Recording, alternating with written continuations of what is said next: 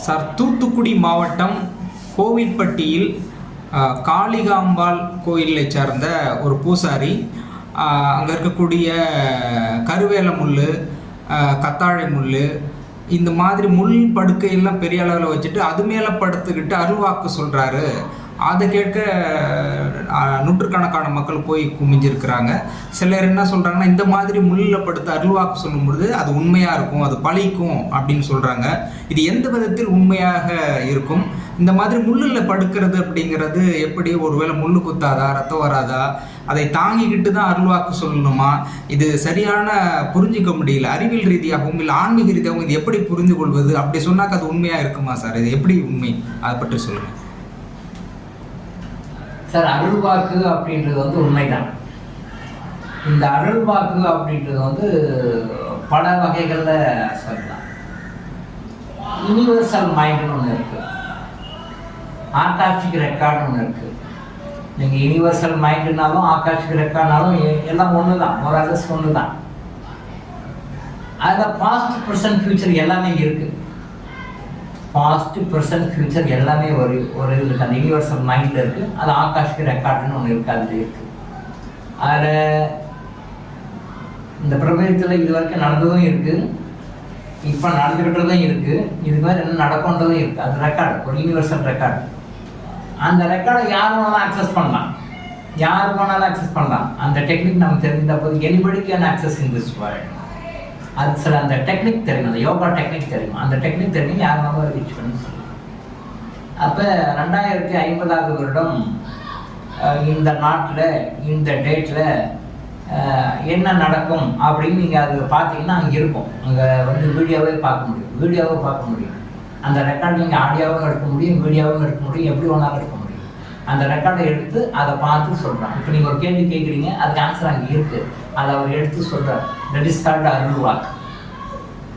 அருள்வாக்கு அப்படின்னா ஏற்கனவே ஒரு ரெக்கார்டு இருக்குது, அந்த ரெக்கார்டை உள்ளே போய் அதை பார்த்து நமக்கு சொல்லணும், அவ்வளோதான். இது சொல்கிறதுக்கு முழுமைப்படுத்தா தான் சொல்லணுன்றது கிடையாது. அவர் முழுமைப்படுத்தி சொல்கிறார், அது அவருடைய சாய்ஸ். பட் முழுமைப்படுத்து தான் சொல்லணுன்றது கிடையாது. அது சாதாரணமாக கேஷுவலாக எந்த ஸ்டேஜில் வேணாலும் சொல்லலாம். சாதாரணமாக இப்போ வீட்டில் நீங்கள் இருக்கீங்க, நான் இருக்கேன், நான் போது சொல்லலாம். அருள் வாக்கு நீங்களும் சொல்லலாம், நானும் சொல்லலாம், அதனால சொல்லலாம். அந்த பிரபஞ்ச மனதை, அந்த யூனிவர்சல் மைண்டை டச் பண்ணி உள்ள டேட்டாவை எடுக்க தெரிய டெக்னிக் மட்டும் தெரியும். அது முள்ளில் தான் படுக்கணும். இல்லை, பீஷ்மர் முள்படுக்கையில் தான் படுத்தார், முள்படுக்கையில் இருந்தால் உயிர் விடுறாரு. நம்ம மகாபாரத்தில் ஒரு கதை, அது கதையில் அது உண்மை. அது மகாபாரத்தில் பீஷ்மர் முள்படுக்கையில் படுத்தார். அவர் ஏன் முள்படுக்கையில் படுத்தார்ன்றது ஆன்மீகம் தெரிஞ்சவங்களுக்கு தெரியும். அதே தான் இவர் முள்படுக்கையில் படுத்து தான் சொல்லணும்னு அவசியம் இல்லை. பட் அவர் அப்படி ஒரு வழியை தேர்ந்தெடுத்திருக்கார். பட் அந்த ஆன்மீகத்தில் இது ஒரு பகுதி தான். பட் ஆன்மீகம் எங்கேயுமே கஷ்டப்படுத்தி கொண்டு ஒருத்த மனிதன் ஆன்மீகத்தை இருக்கணுன்றது அவசியமே கிடையாது. உண்மையான ஆன்மீகத்தில் இப்போ நம்ம அந்த கோயில் வழிபாடுகளில் அந்த முதுகில் அம்பு குத்திக்கிறது, வேல் குத்திக்கிறது, அழகு குத்திக்கிறது, இந்த தொங்க விடுறது, நடுறது, இந்த மாதிரி இதெல்லாம் மனிதனாக பார்த்து வச்சுக்கிட்டாலும் ஆன்மீகத்தில் அப்படியெல்லாம் கிடையாது. ஆன்மீகத்தில் கடவுள் மேலே பக்தின்னா கடவுள் மேலே பக்தியாக இருந்தால் போதும். அதை விட்டுட்டு முதுகில் குத்துறது, நாக்கில் குத்துறது, மூக்கில் குத்துறது, வேலில் குத்துறது, இந்த மாதிரியெல்லாம் குத்திக்கிட்டு தான் அந்த பக்தியை காட்டணும் அப்படின்றதுலாம் கிடையாது. அது தவறாக புரிந்து கொள்ளப்பட்ட ஒரு உண்மை, தவறாக புரிந்து கொள்ளப்பட்ட உண்மை. இறைவன் எங்கேயுமே மனிதன் தன்னைத்தான் துன்புறுத்தி கொள்ள வேண்டும் என்று எங்கேயுமே சொன்னதில்லை. எங்கேயாவது எந்த இடத்துலையாவது இந்த மாதிரி குத்திக்கணும்னு சொல்லிட்டு எந்த கடவுளாக சொன்னதுக்கு ஆதாரம் காட்ட முடியுமா? வேல் குத்திக்கணும், இந்த மாதிரி குத்திக்கணும். சவுத் சைடில் போனோம்னா கோயம்புத்தூர் சைடில் வாலில் வெட்டிக்கிறாங்க. வாலில் ஏதோ கேட்டால் வழிபாடுன்றாங்க. காலில் போயிட்டு கையில் காலில் தான் வெட்டிக்கிறாங்க, கத்தியில் கொடுத்து வெட்டிக்கிட்டு அப்புறம் அதுக்கு 10 நாள் ஆசை கட்டிட்டு இருக்குங்கிறாங்க. எந்த கடவுளாவது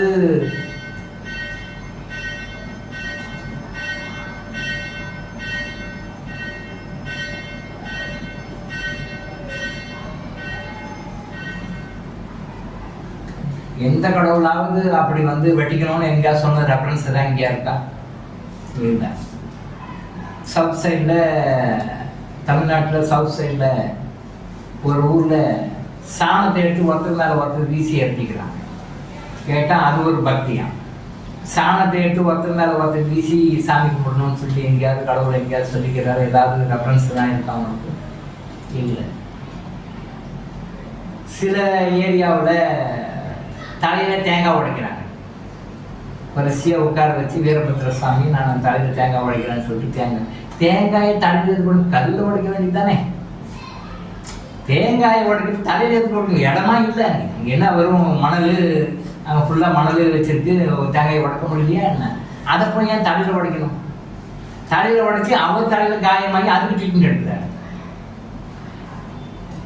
கேட்டால் வீரபத்திர சுவாமி நாங்கள் வந்து தலையில் தேங்காய் உடைக்கிறோம்.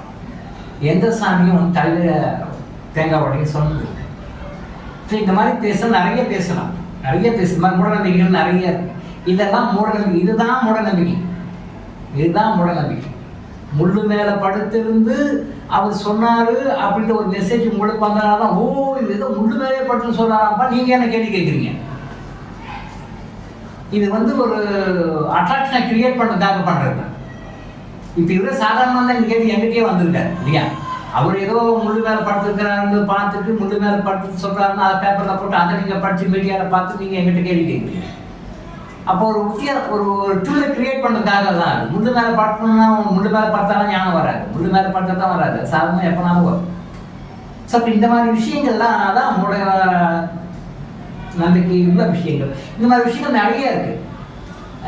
ஆன்மீகம்ன்றோம், சிறந்ததுக்கு ஆன்மீகத்துக்கே தாய்நாடு வந்து இந்தியான்றோம், அதுலேயும் சவுத் இந்தியான்றோம், அதுலேயும் தமிழ்நாடுன்றோம். அந்த சிறப்பு வாய்ந்த தமிழ்நாட்டில் இந்த மாதிரி மூடநம்பிக்கைகள் நிறைய இருக்குது. என்ன பண்ணுவீங்க? அப்போ என்ன வேணும்? நமக்கு என்ன வேணுமோ அதை மட்டும் கரெக்டாக எடுத்துக்கணும். நமக்கு என்ன தேவையோ அதை மட்டும் நம்ம எடுத்துக்கணும். ஸோ அந்த குறி சொல்லுதல் அப்படின்றது அது கரெக்டு தான், தப்பு கிடையாது. பட் அது மேலே படுத்து சொல்லணுன்றதுன்னா சொல்கிறாங்க, அது அவருடைய ஸ்டைல், அவ்வளோதான். பட்டு எந்த முறையில் வேணாலும் சொல்ல முடியும். அதே மாதிரி தயவு செய்து இந்த மாதிரி மூடநம்பிக்கைகள்லாம் அவாய்ட் பண்ணுங்க. தலையில் தேங்காய் உடைக்கிறது, முதுகில் அளவு குத்திக்கிறது, அளவு குத்திக்கிட்டு தெருவெல்லாம் சுற்றிட்டு வர்றது, இந்த மாதிரி நிறைய மூடநம்பிக்கைகள்லாம் இது வேணால் மூடநம்பிக்கை என்னென்னு ஒரு லிஸ்ட் அவுட் பண்ணி தனியாக வேணால் ஒரு வீடியோ போடுவோம். இதெல்லாம் மூடநம்பிக்கைன்னு ஒரு லிஸ்ட்டு கொடுக்கும், இதெல்லாம் ஒரு லிஸ்ட்டு கொடுக்கும், இதெல்லாம் மூடநம்பிக்கை. அப்படிலாம் கிடையாது. அப்போ உண்மையான கடவுளை அடைவதற்கு நீங்கள் வந்து இப்படி உங்களை நீங்களே துயரப்படுத்திக்கிட்டு மண்சோறு சாப்பிட்றது. கடவுள் மண்சோறு சாப்பிட சொன்னாரா? எங்கேயாவது பிளேட்டில் போட்டு சாப்பிடுங்க, இலையில போட்டு சாப்பிடுங்க. இலை கிடைக்கலையா? இப்போ மாடர்ன் வேர்ல்டில் பிளேட்டு. அப்போது பிளேட்டு கிடைக்கிறதுக்கு முன்னாடி காலத்துக்கு இலை கூடவா இல்லை? ஓகே, மண் சோறு எதுக்கு போட்டு சாப்பிடணும்? அது போய் மண்ணில் போட்டு தட்டி சாப்பிடணும், தேவையே இல்லை. அதே இவங்க கடையிலையோ ரேஷன் கடையிலையோ மற்ற கடையிலையோ போயிட்டு அரிசி வாங்க 2 கல்லுக்கு சண்டை போடுறாங்கல்ல. ரேஷன் கடையிலையோ மற்ற இடத்துலையோ ஒரு கல் இருந்துச்சுன்னா அவங்க சண்டைக்கு போகிறாங்க. ஏன் கல் இருக்குன்னு கம்ப்ளைண்ட் கொடுக்குறாங்க. பட் அந்த கல் மண்ணில் இவங்க சோத்தை போட்டு கட்டி அப்படியே அது ஒரு தெய்வ நம்பிக்கை. ஜெயலலிதா அம்மா வந்து தமிழ்நாடு ஃபார்மர் சீஃப் ஜெயலலிதா அம்மா அரெஸ்ட் ஆகி உள்ள இருக்கும்போது அவங்க வெளியே வந்து நிறைய பேர் பிரார்த்தனைலாம் பண்ணாங்க, அகடி குண்டம் போனாங்க, எல்லாம் பண்ணாங்க. அப்போ பேப்பரில் நான் படித்தேன், மண் சோறு சாப்பிட்டாங்க. முதலமைச்சர் ஜெயலலிதாவுடைய விடுதலை ஆவதற்காக இறைவனை வேண்டி மக்கள் மண் சோறு சாப்பிட்டாருன்னு பேப்பரில் போட்டு அவங்கள வந்து அரெஸ்ட் பண்ணிட்டாங்க. அவங்க வெளியே வரணும்னா கடவுள்கிட்ட போய் பிரார்த்தனை பண்ணு, கடவுளே எங்கள் முதலமைச்சர் வந்து அரெஸ்ட் பண்ணிட்டாங்க, அவங்கள விடுதலை பண்ணுங்க, அதுக்கு என்ன செய்யணுமோ பண்ணுங்க, அப்படி வேண்டுங்க. மண்ணில் போய் சோறை போட்டு மண்ணில் போட்டு பேசி சாப்பிட்டா அது எப்படி இதுவாகும்? ஜெயலலிதா அம்மாவை ரிலீஸ் பண்ணுறதுக்கும் நீங்கள் மண் சோறு சாப்பிட்றதுக்கும் என்ன வித்தியாசம்? அப்போ நீங்கள் மண்ணில் சோறு போட்டு சாப்பிட்டா அவங்க ரிலீஸ் பண்ணிடுவாங்களா? அப்போ அந்த பீரியடில் படித்த கவனம் எனக்கு இருக்கு. இப்போ இந்த மாதிரியான மூடநம்பிக்கையெல்லாம் விட்டுட்டு உண்மையான ஆன்மீகத்தை தேடி போகும். உண்மையான ஆன்மீகம் தான் உங்களுக்கு என்னைக்கும் கை கொடுக்கும், உங்களை என்னையும் வழிநடத்தி செல்லும், உங்களை என்னைக்கும் காப்பாற்றும். இந்த மாதிரி தவறான ஆன்மீகம் உங்களை போட்டு கீழே அமுக்கும். இதை புரிஞ்சுக்கோங்க. டாக்டர் இளங்கோ ஆயுஷ் ஹாஸ்பிட்டல் வழங்கும் விழிப்புணர்வு. தொடர்ந்து இது மாதிரி பல அவேர்னஸ் வீடியோக்களை பார்க்க நம்ம சேனலை சப்ஸ்கிரைப் பண்ணிவிட்டு பெல் பட்டனை ப்ரெஸ் பண்ணுங்கள்.